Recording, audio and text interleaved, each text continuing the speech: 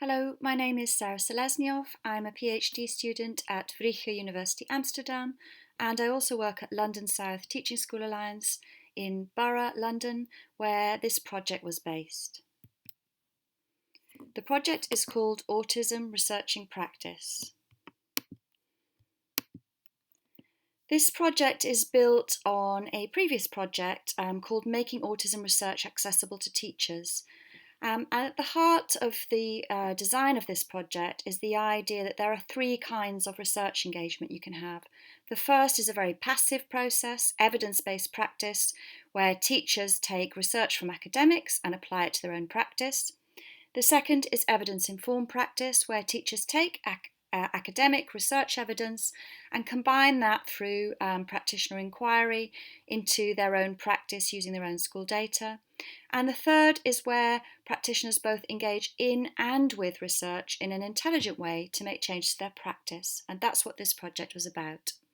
It was building on a model called the Research Learning Community Model, which was tested by the EEF starting in 2014. And what was different about this particular project is that it was exploring a partnership arrangement between the UCL Cognitive Neuroscience team and the Institute of Education.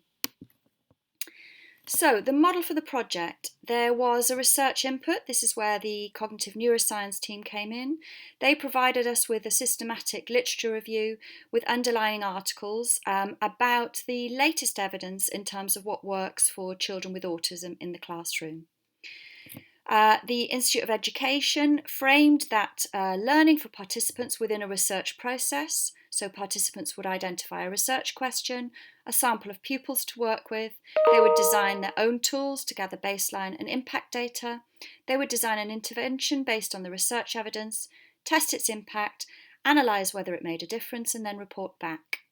In this particular project, we also included autism expertise, so lead teachers from schools with autism units, and they were there to contextualise the research evidence within practice and also to offer coaching visits to participants to really help them embed their interventions.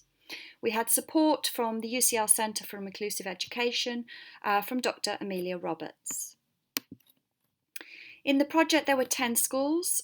Key to the design of the project was the fact that we had one senior leader and one classroom teacher from each school. The leader could enable whole school change, and the classroom teacher could test classroom change and show that it worked. Each school, as I said, identified its own focus pupil and research question. There was an expectation, however, that the project's success was not about what happened in a single classroom, but that the findings were disseminated to a wider group of teachers and that this would therefore impact on whole school practice. There were 6 face-to-face sessions. Some of them took place in the schools with autism units so that the teachers could visit those classrooms and see how the children with autism were served by teachers in those schools. There was also, as I said, a personalised coaching visit from one of the lead teachers from the autism unit. There were lots of opportunities to work together and act as critical friends to each other, and the lead teachers and the UCL expert were on hand to offer expertise as it was needed. In terms of data collection, there was a pre- and post-programme audit looking at both participants' experience of and confidence in research skills, but also their knowledge and understanding of working with autistic pupils. Each participating school was asked to write up a mini case study detailing the impact of their project on pupils and on teachers and on their own practice. And they used these case studies to present their findings to each other at a final workshop.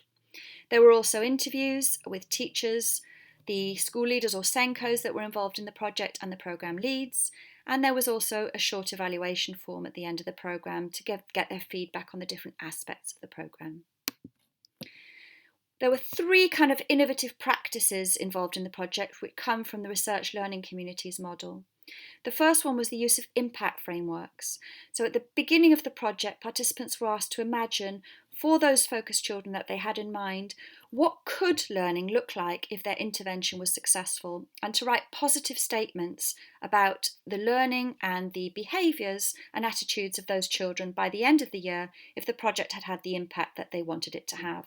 And they were able to check this at the end of the year and say, did I achieve the success that I planned to achieve?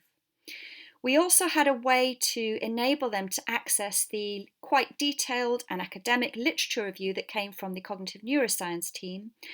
We looked through all of the papers and the meta-analysis that had been done, and we took out key sentences or paragraphs to create what's called a strips activity. So those key sentences and paragraphs were each placed on a strip of paper, and the teachers could move those around, organise them, talk about them, reflect on them in collaborative groups in order to make sense of the content. If there was a particular strip that caught their eye, they could then go back to the original journal article and gain a deeper knowledge of what that paper was talking about. The third feature that was very innovative was a process of 3D modelling. So once they had gathered their baseline data and looked at the research evidence, we asked them to create a 3D model, like the one you can see on the screen, using all kinds of junk, Lego, anything that was to hand, to model in 3D what the challenges were for those focus pupils with autism in their own classes, and then to rework that model to show how the intervention might change that situation if it was successful. I'm going to talk you through one of the case studies from the project. This is about a pupil who you can see on the screen here, and the focus for this pupil was on the development of expressive language. In terms of the themes that other schools chose, you can see on the right there a summary of some of the themes that were chosen. There were lots of projects around social skills and speech development, some around sensory needs, some around behaviour and emotional self-regulation, some around independence, and some around teacher knowledge and understanding. But this particular one was about developing expressive language. So for this particular child, it was a year 1 child, and the issues that the child were facing was social isolation, working within his own agenda. There was defiance when he was asked to deviate from that, and often physical outbursts, which really demonstrated to his teacher that he was very unhappy. And you can see from that quote from the National Autistic Society that that is a common aspect of school experience for children with autism. The project, the intervention that was developed was designed to use assisted language stimulation, like the grid that you can see on the screen, to help the child communicate with the adults that supported him and the adults to communicate with him, but also to help him communicate and interact with his peers. And this began to have an instant effect in terms of the social bonds that the child had with the rest of the class. He was, using this technique, able to engage in joint collaborative activities with other children within the classroom, and this helped him form friendship groups. This is one of the tools that the school designed in order to gather baseline and impact data. So you'll see here at the start of the project that there was very minimal interaction for this child with adults and children, a very limited number of requests, either verbally or physically, using gesture. And as they tracked through the project, they could see that these were beginning to increase towards the end of the year, becoming much, much more frequent. As I said, this made a difference to friendships for this child within the class. He was able to play with them at playtime and interact with them in terms of partnership learning during lessons. It had an impact at home as well, in that his parents were able to adopt the communication system at home and use that to communicate with him and to improve his happiness and well-being in the home environment. It also had a significant wider school impact. So the tool that was used for this particular child ended up being a tool that was used across the school with many children with autism, but also with speech, language and communication needs.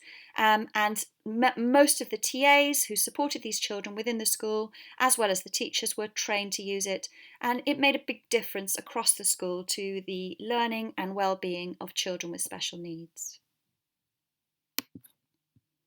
In terms of the findings from the data gathering, more generally across the project, teachers felt they developed their professional practice hugely. They'd really enjoyed the opportunity to work collaboratively across schools as part of this project, and they felt that it had helped them develop as leaders, especially those class teachers in the project who weren't necessarily in leadership positions, just by virtue of being able to design, trial and champion their intervention at whole school level. They really valued having the opportunity to attend the sessions in a pair. That had really helped them to be more successful in implementing their project in the school. They felt that they developed a deeper understanding of how data could be used to identify whether the project was making an impact. Specifically, they enjoyed being able to design their own data gathering tools, but also to learn about some of the standard data gathering tools that we were able to share with them, such as the Leuven scale.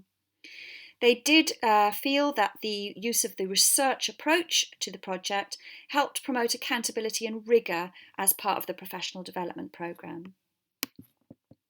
In terms of the findings in relation to school impact, there was a definite impact on focus pupils' learning behaviours, especially social skills, speech development, independence, and behavioural self-regulation.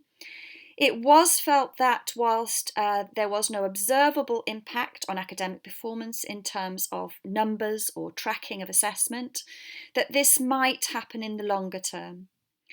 All case study projects reported that they had been able to have a wider school impact in terms of raising awareness of the needs of pupils with autism, in terms of learning about the value of participatory research, producing enough evidence to build a case study for whole school implementation of the project, and creating a vision for change across the school for these children.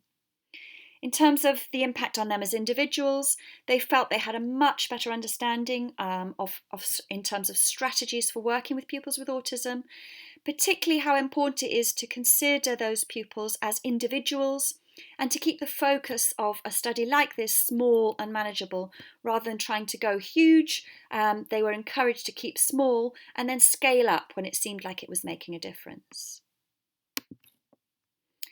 Just a quote here in terms of impact. So we hadn't expected to find something that would have such a deep impact and thought that he would find it more difficult to access and learn the routines and structures. It has given us a deeper opportunity to see potential in the children and what they are capable of. This has been used with many children in the class and not just the children in the project. And finally, we've been able to think clearly about each pupil more as an individual and therefore respond to their unique needs.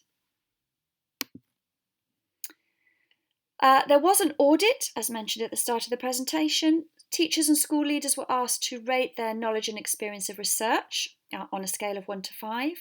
And at the start of the project, the baseline average for teachers involved in the project was 2.3. That rose to 3.5 at project end. Similarly, for senior leaders, it rose from 3.1 to 3.8. And in terms of knowledge and understanding of autism, all participants agreed that they now had the knowledge to teach children with high functioning and low functioning autism, to help those pupils to develop their social skills, regulate their emotions, and develop relationships with other people. And here are a few quotes that just talk to you about probably what was the most significant impact of the project, which was really to change mindsets and about approaches to professional development. Teachers and senior leaders involved in the project really understood the value of taking a research approach to professional development with their staff and engaging more widely with the research evidence when they were planning to implement a change to practice. And I think that's going to be one of the long-term impacts of the project on the schools that were involved. Finally, there is a full impact evaluation available, and there's a link to that on the screen there. And also there will be a good practice guide which you can download, which is a very accessible, easy to use and simply written guide for class teachers, and that's also at the same link. But do make contact with me if you have any more queries about the project. My email address is at the start of this presentation. Thank you.